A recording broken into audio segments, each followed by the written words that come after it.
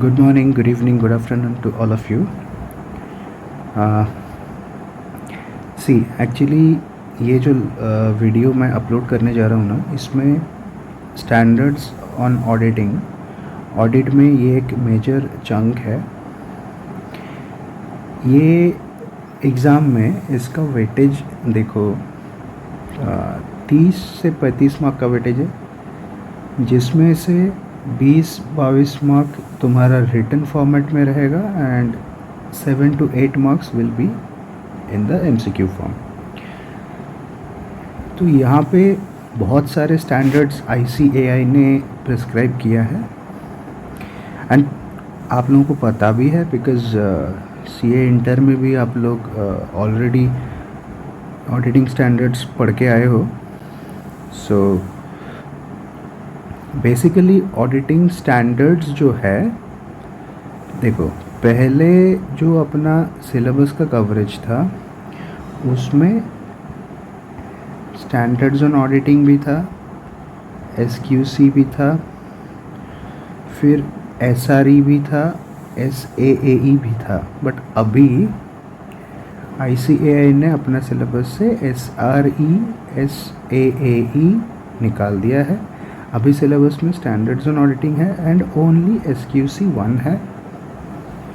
So this will be our coverage and यहाँ पे मैंने एक कॉम्प्रिहेंसिव नोट बनाया है। So this is 65 pages notes for all your standards on auditing. ये जब तुम लोग पढ़ोगे, एक्चुअली इसमें मैंने डिज़ाइन ऐसा किया हुआ है कि इसमें सारे क्वेश्चन आंसर्स भी कवर्ड है, मतलब तुमको अलग से कोई क्वेश्चन बैंक करने की ज़रूरत नहीं है। Only read this much and you are through. So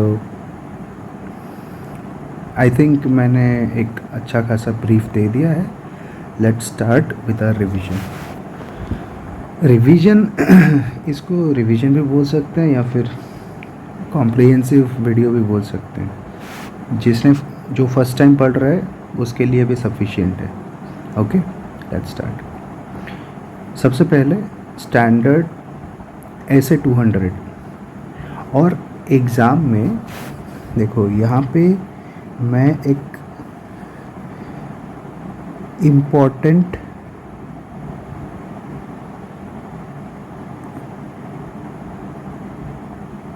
guidance तुम लोगों को देना चाहता हूँ। In exam essay number and SA title, ये दोनों ही लिखना ज़रूरी है to fetch good marks.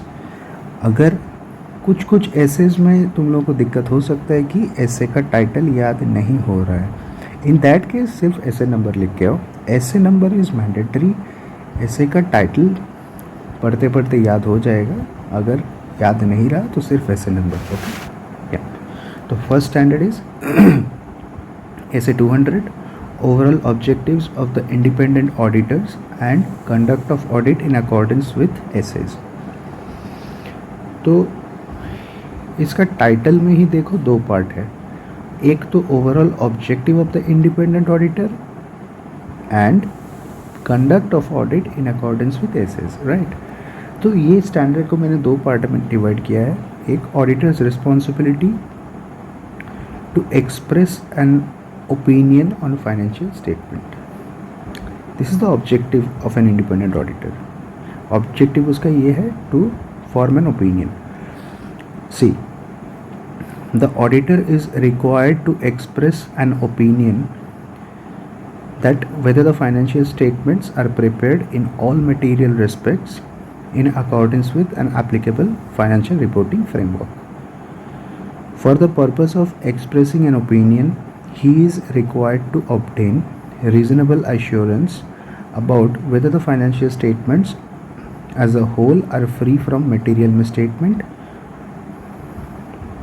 whether due to fraud or error।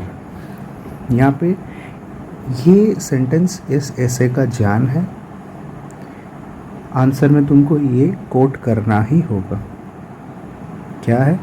For the purpose of expressing an opinion he is required to obtain reasonable assurance about whether the financial statements as a whole are free from material misstatement, whether due to fraud or error. यहाँ पे reasonable assurance is a higher level of assurance but not absolute assurance. Auditor's opinion, इसका मतलब क्या है? Absolute assurance नहीं है, reasonable assurance का मतलब ये है auditor's opinion does not assure the future viability of entity. 2 point है, does not assure future viability of the entity nor efficiency और effectiveness with which management has conducted the affairs.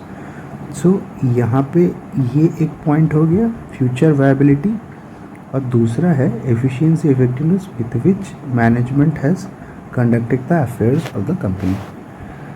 Second part में आ जाओ। Auditor should maintain an attitude of professional scepticism through out the audit. Auditor should plan and perform an audit with professional scepticism. Professional scepticism means an attitude which includes questioning mind, being alert to conditions which may indicate possible misstatements due to errors and frauds, critical assessment of audit evidence। क्या बोला मैंने? Critical. यहाँ पे points का ये keywords है, एक तो questioning mind, alert to conditions which में indicate possible misstatements due to errors and frauds, critical assessment of audit evidence, judgement about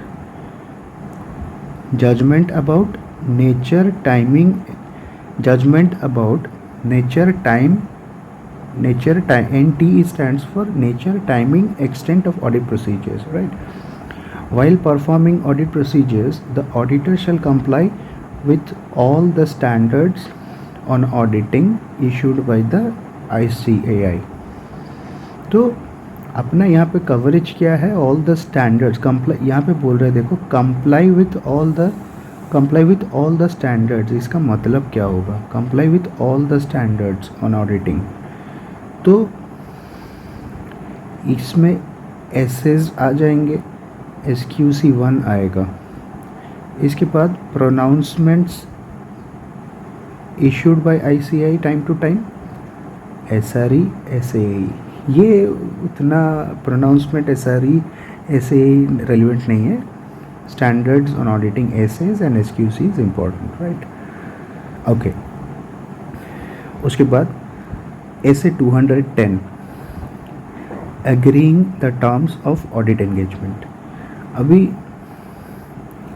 देखो ये एसेज जो डिज़ाइन किया हुआ है ना, वो सीक्वेंस में डिज़ाइन किया हुआ है। ऑडिटर सबसे पहले SA 200 के हिसाब से अपना रिस्पॉन्सिबिलिटी क्या है वो जानेगा, उसके बाद वो कैसे ऑडिट कंडक्ट करेगा, what are the legal requirements वो देखेगा, and then SA 210 agreeing the terms of audit engagement. This essay deals with auditor's responsibilities in agreeing the terms of audit engagement with management. Before accepting or refusing an audit engagement, auditor needs to establish whether preconditions for an audit are present. Okay, precondition क्या है? Whether financial reporting framework to be applied in the preparation of, अभी ये सबसे important aspect है इस ऐसे का। Before देखो सबसे पहला क्या बोलता है? ऐसे बोलता है कि दिस ऐसे deals with auditor's responsibilities in agreeing the terms of audit engagement.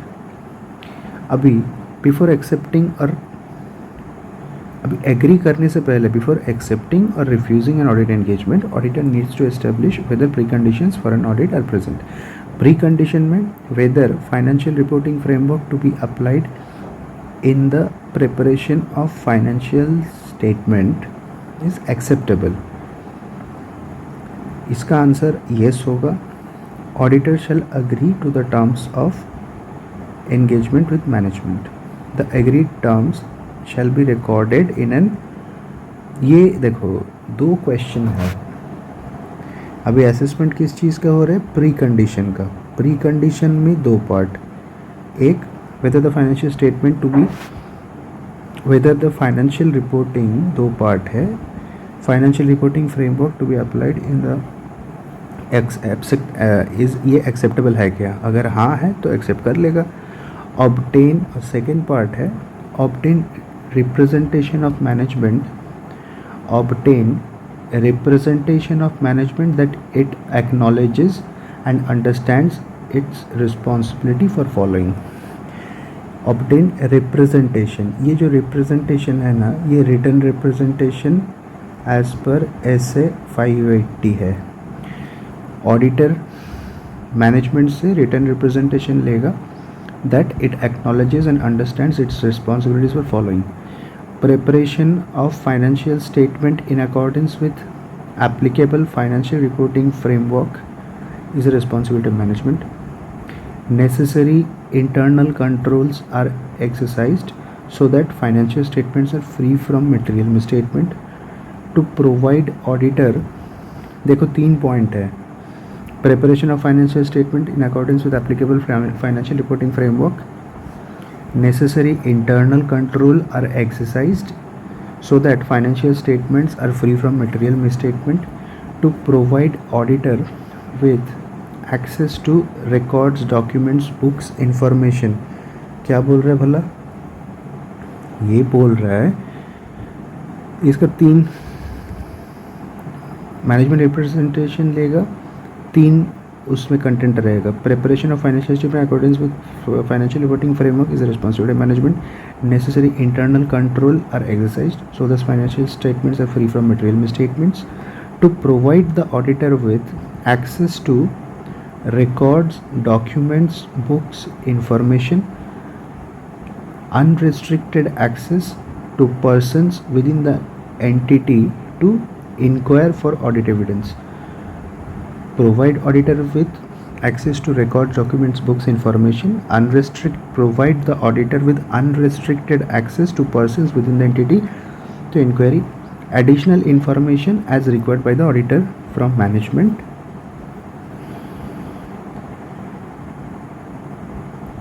During the course of audit, right? अभी प्री कंडीशन में whether financial reporting framework to be applied in the preparation of financial statement acceptable, ये इसका answer yes है। Representation management से written representation of management that acknowledges and understands its responsibilities for the following, ये भी अगर yes है, then the agreed terms shall be recorded, agree करेगा, agreed terms shall be recorded in an audit engagement letter. अभी audit engagement letter includes objective and scope of audit, responsibilities of the auditor, responsibilities of the management, identification of applicable financial reporting framework, identification of the applicable reporting framework for the presentation of FS, that is Ind AS framework will be applicable or AS framework will be applicable. ये audit engagement letter में identify करके लिखा रहेगा। Reference to the expected form and content, expected form and content of any report to be issued and a statement that the report may differ from its expected form. तो इसमें कुछ basic चीज़ें हैं। Audit engagement letter में क्या क्या रहेगा? Contents, इसका ये पॉइंट का ये मतलब है व्हाट आर द ये पॉइंट का मतलब है what are the contents of audit engagement letter.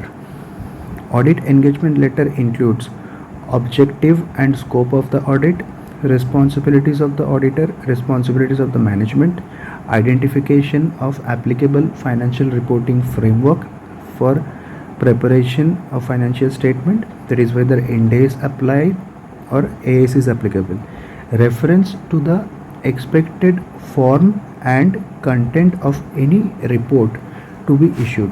That means form and content of, ये बोल रहा है form and content of audit report, expected form and content of audit report. If there is a change in terms of engagement after, if, ये बड़ा important point है, if there is a change in terms of engagement after accepting the engagement by auditor, then auditor needs to assess few things. Whether the change implies a lower level of assurance. देखो ये, this is, see, such a beautiful way of analysis. If there is a change, ये point किस, जो मैं highlight कर रहा हूँ point का ये हेडिंग है, क्या इशू क्या है, there is a change in the terms of the engagement, there is a change in the terms of the engagement after accepting the engagement by auditor. Auditor needs to assess whether the change implies a lower level of assurance, whether the change implies a lower level of assurance. Auditor shall determine whether there is reasonable justification of doing so. Auditor shall determine इसमें यहाँ पे ये लिख सकते हो, the auditor shall determine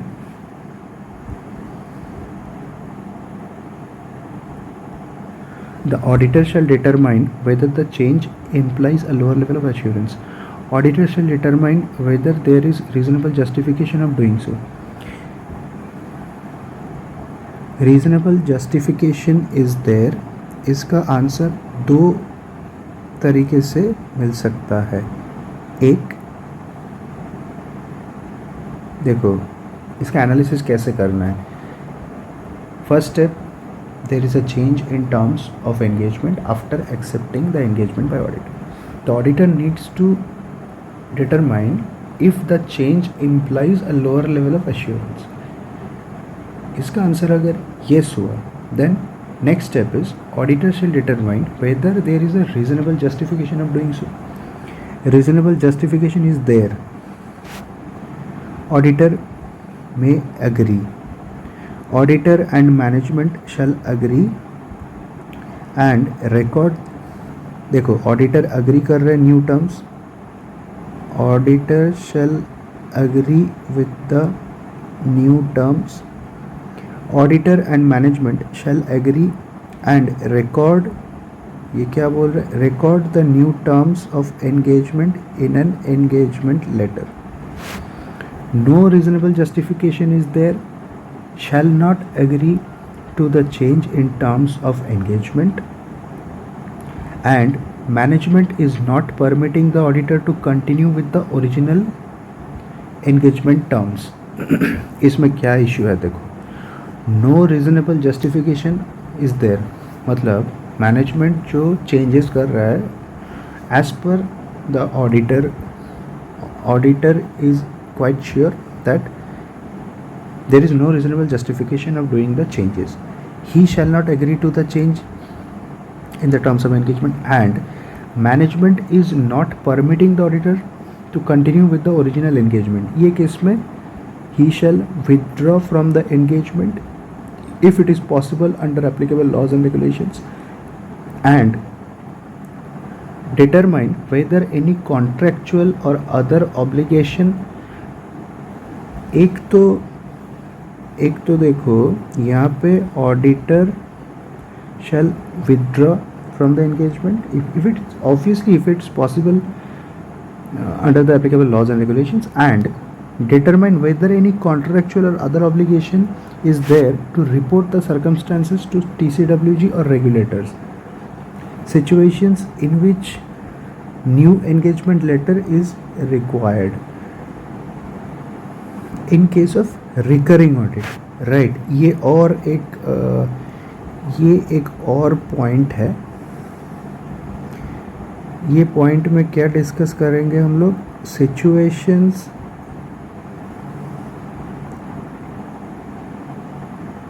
भला ये point तुम लोगों को क्या डिपिक्ट करता है। देखो, next point is situations in which new engagement letter is required in case of recurring audit. Recurring audit मतलब जो ऑडिट, ये ऑडिटर कंटिन्यूसली ऑडिट कर रहे हैं, समझो this is for the third year he is doing the audit. In case of recurring audit, auditor shall assess whether the circumstances require a revision in terms of audit engagement or need to remind the entity of the existing terms of engagement। तो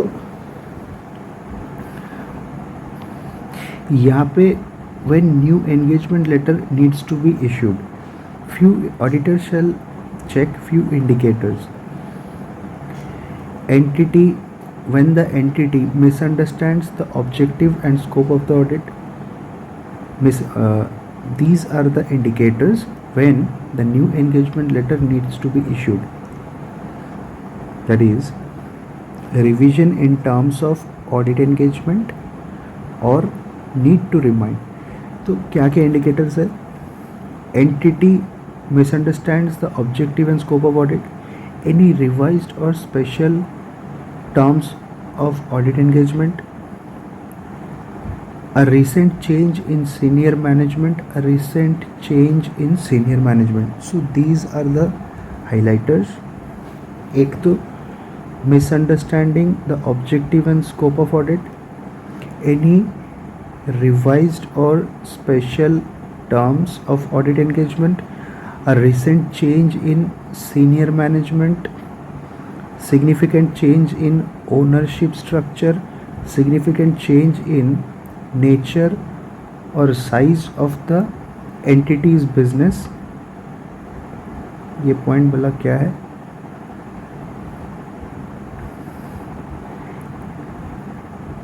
सुनो, ये पहले से फिर से करते हैं। अगर ये इंडिकेटर्स रहेंगे then there will be a requirement to issue a new engagement letter in case of recurring audit. मतलब पुराना एंगेजमेंट लेटर में अमेंडमेंट करने से नहीं चलेगा, नया एंगेजमेंट लेटर इशू करना पड़ेगा। Entity misunderstands the objective and scope of audit, any revised और special terms of audit engagement, a recent change in senior management, significant change in ownership structure, significant change in nature size of the entity's business, a change in legal or regulatory requirements, a change in legal or regulatory requirements, a change in applicable FRF। मतलब पहले S applicable हो रहा था, अभी वो company इंडेस compliant बन गया। Change in applicable FRF, new engagement letter. A change in other reporting requirements, a change in other reporting requirements। ये other reporting requirements मतलब समझो कारों में कुछ चेंज आया, राइट। कंपनीज एक्ट 2013 उसमें सेक्शन 143 में कुछ चेंज आ गया। कारों पहले 2016 था, वहाँ से 2020 हो गया, तो कारों में चेंज आया। अदर रिपोर्टिंग रिक्वायरमेंट्स, इसमें बेसिकली एक अदर रिपोर्टिंग रिक्वायरमेंट्स जो है वो पॉइंट में तुम लोग दो चीज़ें रख सकते हो, एक तो कारों रिपोर्टिंग रिक्वायरमेंट्स और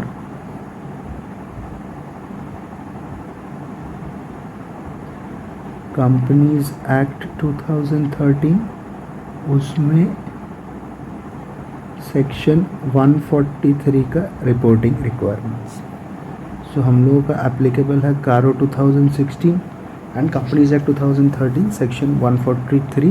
these are the other reporting requirements.